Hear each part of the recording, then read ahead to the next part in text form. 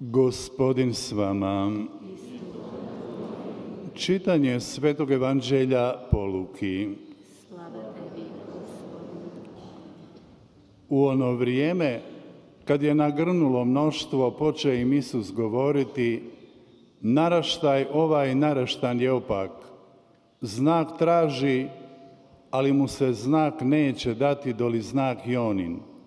Doista, kao što je Jona bio znak Ninivljanima, tako će biti i sin čovječiji ovomu naraštaju. Kraljica će juga ustati na sudu s ljudima ovog naraštaja i osuditi ih, jer je s krajeva zemlje došla čuti mudrost Salomonovu, a evo ovdje i više od Salomona. Ninivljani će ustati na sudu s ovim naraštajem i osuditi ga, jer se obratiše na propovjed Joninu. A evo ovdje i više od Jone. Riječ Gospodnja.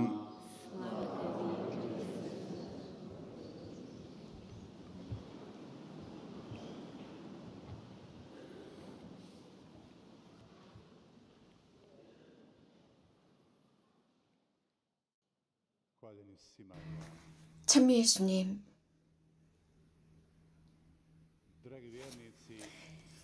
사랑하는 교형자매 여러분,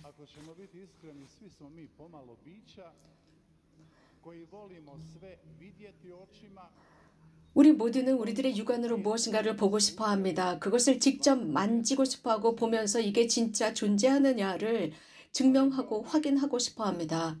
저는 이렇게 생각합니다. 우리 크로아티아 사람들은 이런 말을 하죠. 분명하게 알기 위해서는 해야 한다라고 합니다. 하지만 이거와 반대되는 일도 있다는 사실입니다. 다시 말씀드리면 인간은 무엇인가 가시적인 표징, 무엇인가를 믿기 위해서 가시적인 표징을 원합니다. 그런데 자신의 내면에서는 이거와 반대입니다. 신앙이라고 하는 것은 눈에 보이지 않습니다. 하지만 우리가 지니고 있습니다.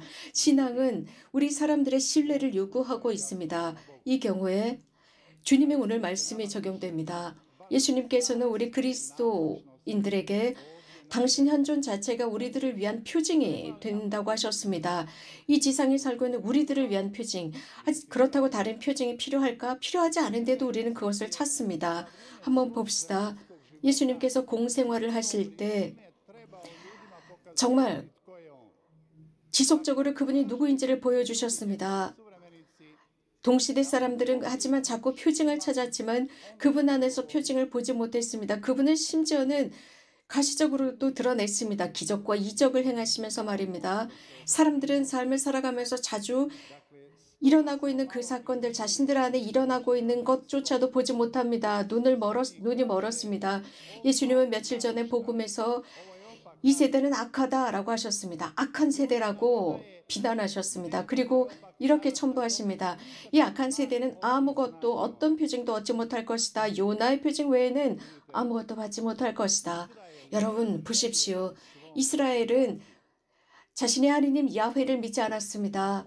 그러나 예수님께서 여기서 두 가지 예를 드시는데 이교도들 안에 일어났었던 두 가지 예를 들어주십니다. 그래서 하나님께서 얼마나 사람들을 향한 자비를 보여주시는지 보여주었습니다. 이렇게 하나님의 자비 때문에 그 이방인들이 회개한다는 것입니다. 가장 먼저 복음에서 전하는 것처럼 큰 도시였습니다. 대도시 니니베의 예와 남방에서 온 여왕입니다. 다 이교도들입니다. 여기서 무엇을 볼 수 있을까요? 그 이방인들이 이스라엘 백성들보다 회개를 향해서 훨씬 더 열려있다라는 것을 강조하셨습니다. 주님께서 그 세대에게 무엇을 경고하셨습니까? 그분께서 경고하신 것은 그들의 고집스러운 마음이었습니다. 다시 말씀드리면 예수님은 하느님으로서 수없이 그들에게 많은 것을 보여주셨습니다. 그들을 보살펴 주셨습니다. 예를 들어서 이 백성의 스토리 중에 히브리 백성의 역사 중에 하느님께서 이집트에서 그들을 어떻게 놀랍게 기적적으로 이끌어내셨고 그들을 만나로 먹이셨고 홍해를 건너게 하셨고 끊임없이 그들은 승리를 해왔습니다. 이런 모든 일들이 일어나고 계약의 그 외 많은 여러 가지 에피소드들이 일어나지만 그들은 자꾸 표징을 요구합니다. 사랑하는 교형자매 여러분, 삶 안에서의 표징, 물론 그것은 부정적인 것은 아닙니다. 오히려 저는 이러한 표징들이 자주 우리들을 어떤 목적으로 이끌어간다고 생각합니다. 목적 말입니다. 그런데 예수님께서 이 사람들을 야단치셨습니다. 그들의 마음은 고집스러워졌다. 이게 중요합니다. 그들은 예수님의 말씀을 듣고 싶어하지 않고 눈으로만 보고 싶어합니다. 이게 바로 모든 영혼의 위험입니다. 이 고집스러운 영혼, 마음. 사랑하는 교형자매 여러분, 제 생각으로는 우리들도 거의 비슷하게 그 시대 사람들과 같은 마음으로 살아가고 있습니다. 마음이 고집스럽습니다. 그리스도인으로서 성경 말씀을 읽다 보면 그리스도인들은 성경 말씀을 읽어야 되겠죠. 성경을 읽다 보면 모든 그 성경의 장마다 인간과 하느님에 관한 경험이 담겨 있습니다. 매번 사람이 하느님으로부터 멀어질 때마다 그의 마음은 고집스러워졌다는 뜻입니다. 아주 고집스럽습니다. 자신의 죄도 인식하지 못합니다. 또 하느님의 자비하고 사랑이라는 것도 잊어버립니다.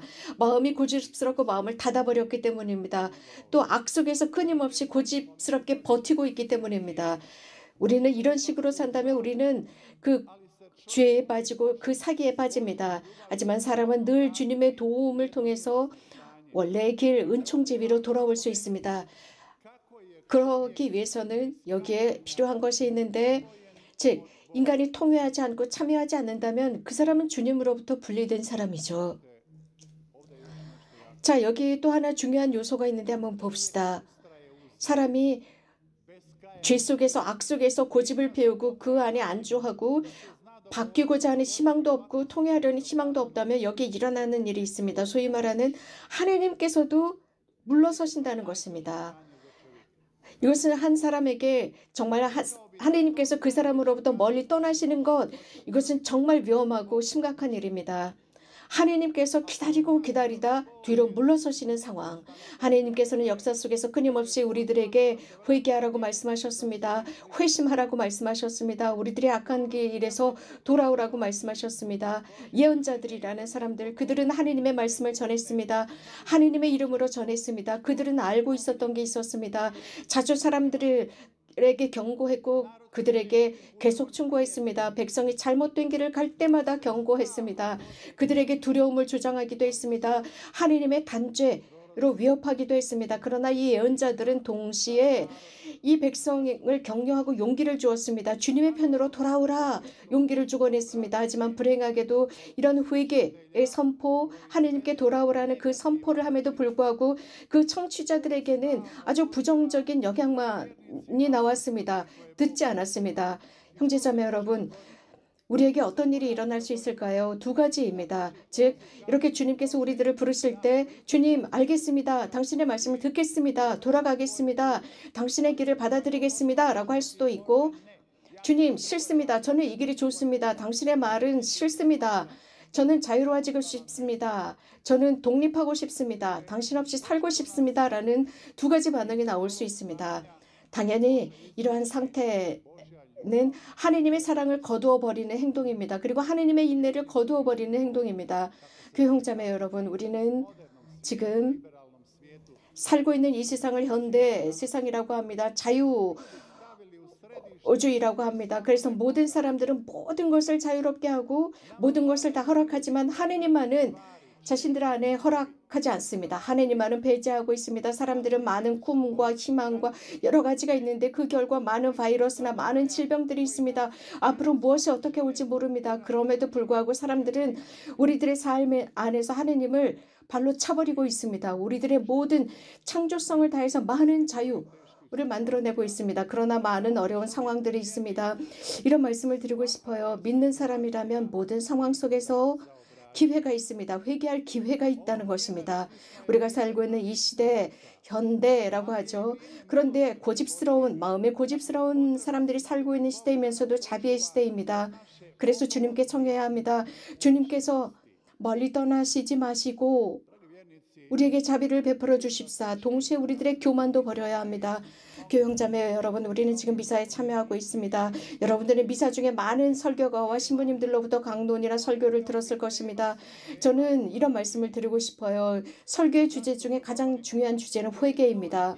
이유는 회개야말로 우리가 구원으로 갈 수 있는 유일한 길이기 때문이죠. 우리가 구원받고 싶다면 회개해야 합니다. 이런 회개가 언제 일어날까요? 그것은 겸손해졌을 때, 마음을 열었을 때입니다. 내가 주님 앞에 있을 때 겸손하게 앞으로 나가서 무엇을 찾아야 할까요? 그분께서 내 안에 현존해 주십사 청하는 것입니다. 그것은 상상이 아닙니다. 많은 사람들이 이것은 이렇고 저렇고 그런 것은 나에게 필요 없습니다. 나와 하느님과의 직접적인 만남입니다. 그분의 현존 앞에 서는 것입니다. 그분의 말씀 자체가 내 마음을 열어놓고 그 말씀 말마디가 내 안에 사는 것입니다. 그분의 말씀이 내 행동을 바꾸도록 하는 것입니다. 자, 사람이 어느 정도 인생을 살았습니다. 이렇게 살다 보면 중년에 들어갔을 때 어떤 잘못한 것들, 내가 잃어버린 가능성, 기회를 보고 정말 마음 아파합니다. 후회합니다. 통탄합니다. 내가 조금만 이렇게 있으면 이 가능성을 잡을 수 있었을 텐데 라고 생각합니다. 하지만 또 시간이 지나다 보면 만약에 내가 이런 것을 했다면 이라는 가정법을 씁니다. 자, 2000년 전에 예수님의 마음을 생각해 봅시다. 예수님께서 보여주신 그 표징을 사람들은 인정하지 않았습니다. 그저 단순한 사람으로 인정했습니다. 흥미로운 것은 그분의 말씀입니다. 그분의 말씀은 달랐습니다. 무엇인가 그것을 실천하기에는 매우 어려운 요구였습니다. 잠깐만 성인들을 분석해 봅시다. 성인들은 자신들의 삶 안에서 요구하는 사람들이었습니다. 즉 성화, 거룩해지고 싶어서였습니다. 성 요한에게 누가 기도하고 있습니까? 사실 성 요한에게 전구하는 사람들은 거의 없습니다. 성 요한보다 성 안토니오에게 많은 사람들이 기도합니다. 성 안토니오의 힘이 더 크다. 그분이 훨씬 더 많은 은혜를 얻어준다. 이런 식으로 생각하면서 성인들과 비즈니스를 하려고 합니다. 이것은 잘못된 생각입니다. 성 요한을 생각해 봅시다.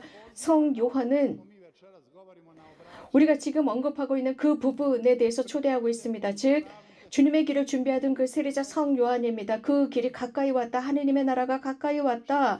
라고 한 세례자 성 요한에게 누가 전구를 청합니까? 자, 하느님의 섭리는 반 정도 왔다가 물러서지 않습니다. 하느님의 섭리가 시작이 되면 계속 지속됩니다. 그리고 우리들에게 요구합니다. 무엇인가 빼앗아가는 것이 아니라 우리들의 성화를 위해서입니다. 또한 우리들의 모든 마음을 다해서 그분께 드릴 때 주님께서는 그것을 축복해 주시고 그것을 몇 배로 늘려서 다시 되돌려 주신다는 사실을 잊지 맙시다. 오늘 예수님께서 언급하신 니느베라는 대도시는 바로 나와 여러분일 수 있습니다.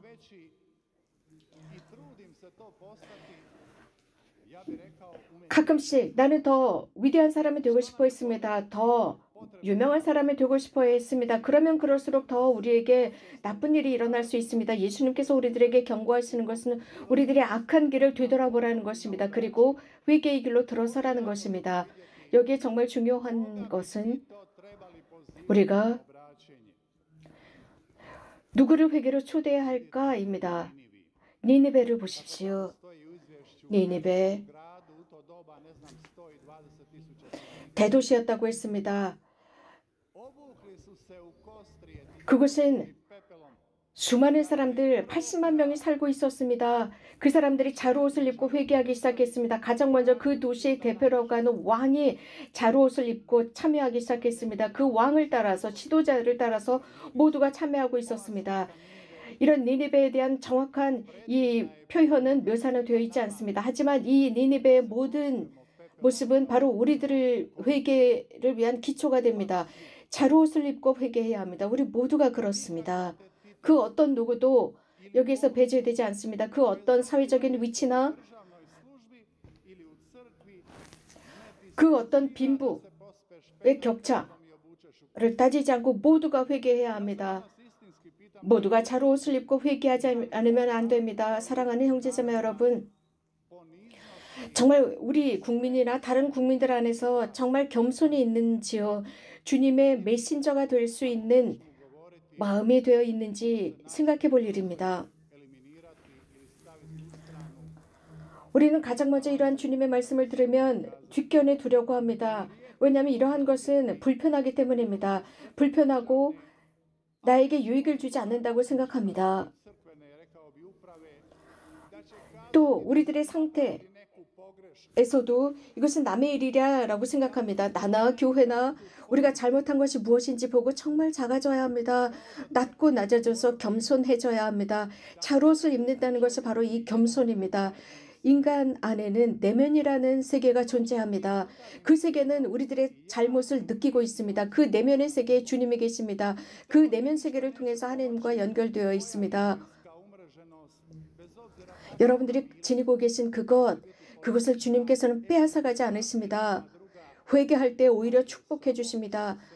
그것이 어떤 중요도에서 얼마나 크냐 작으냐가 아니라 우리 마음에 무엇이 담겨 있는지입니다. 사랑하는 형제자매 여러분, 주님께서는 악과 죄를 버리라고 하셨습니다. 가장 중요한 것이 겸덕입니다.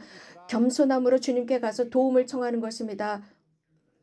그래서 그저 그분께서 하시는 일을 관찰하는 관찰자가 아니라 그분 안으로 들어가서 겸손하게 청하는 것입니다.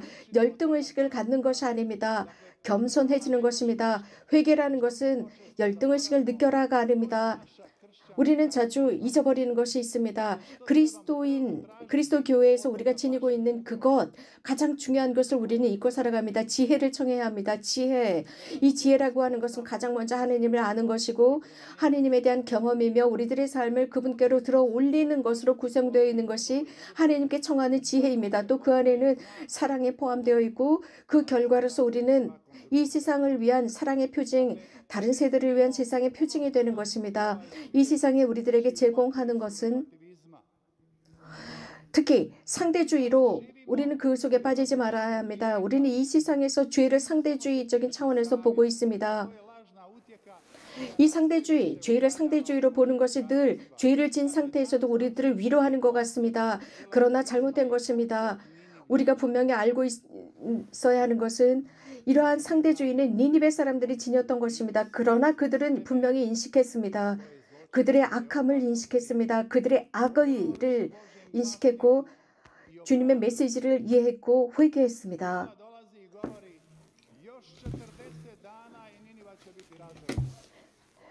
그리고 요나를 통해서 40일 뒤에 그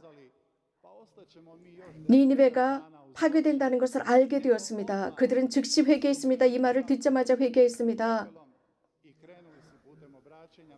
그들은 그 말을 듣자마자 잘 옷을 입었습니다. 그리고 어쩌면 주님께서 그 엄청난 무서운 일을 하시지 않겠지라는 희망이 있었습니다. 하나님께서는 이 니니베 사람들이 바뀌는 모습을 보시고 자비를 베푸셨습니다. 그렇습니다. 우리들의 하느님은 자비의 위대하신 활동가이십니다. 그분은 자비에 인색하지 않으십니다. 구원의 길을 가도록 늘 넉넉한 자비를 우리들에게 베푸시고 우리가 약간의 변화만 보이셔도 그 자비를 풍성하게 보여주십니다. 우리가 넘어졌을 때 우리는 있는 힘을 다해서 영혼을 다해서 겸손하게 그분께 청합시다. 하나님의 사랑은 우리들을 일으켜 세우십니다. 그분께서 우리들을 용서해 주시기 때문입니다. 사랑하는 교형자매 여러분, 주님께서는 모든 것을 인도하십니다.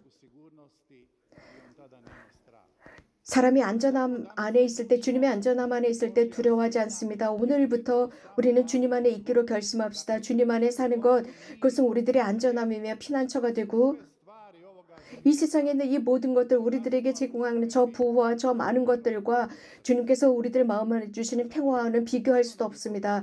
그렇기 때문에 우리에게 무엇이 필요한지 우리는 잘 알고 있습니다. 복음에서 들은 바와 같이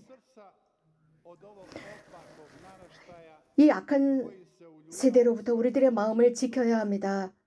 행여라도 이 악함 속에서 잠들어 있다면 기도합시다. 그래서 우리들의 마음이 주님을 통해서 깨어나고 주님의 말씀을 듣는 마음, 변화에 개방되어 있는 마음이 될 수 있도록 청합시다. 우리들의 삶을 지나치게 형식적으로 만들어서 아무것도 하지 않는 그저 안락한 루틴 속에 빠지지 않도록 합시다. 우리들의 현실을 직시합시다. 그래서 우리들 자신이 열리도록 합시다. 우리들 마음 안에 있는 그 내면의 세계에 무엇이 있는지 발견하도록 합시다. 이러한 내 안에 그리고 여러분 안에 있는 이 신비한 세계, 하느님의 세계를 발견하도록 합시다. 우리들의 내면이 잠자고 있다면 주님, 저희들의 내면을 깨워주십시오라고 청합시다. 우리들에게는 외적인 가시적인 표징이 필요 없습니다. 왜냐하면 우리가 주님께 청할 때 주님께서 우리들을 섬세하게 만들어주시고 우리에게 성령을 부어주셔서 우리들의 내면에서 그분을 만나고 하나님께서 어디에서 우리들의 마음은 어떤 부분에서 활동하시는지 볼 수 있게 해주십니다. 마지막으로 여러분들에게 아주 중요한 것을 말씀드리고 끝내겠습니다. 현대를 사는 사람들은 찾고 있는 게 있습니다. 즉, 참 복음을 선포하는 사람들입니다.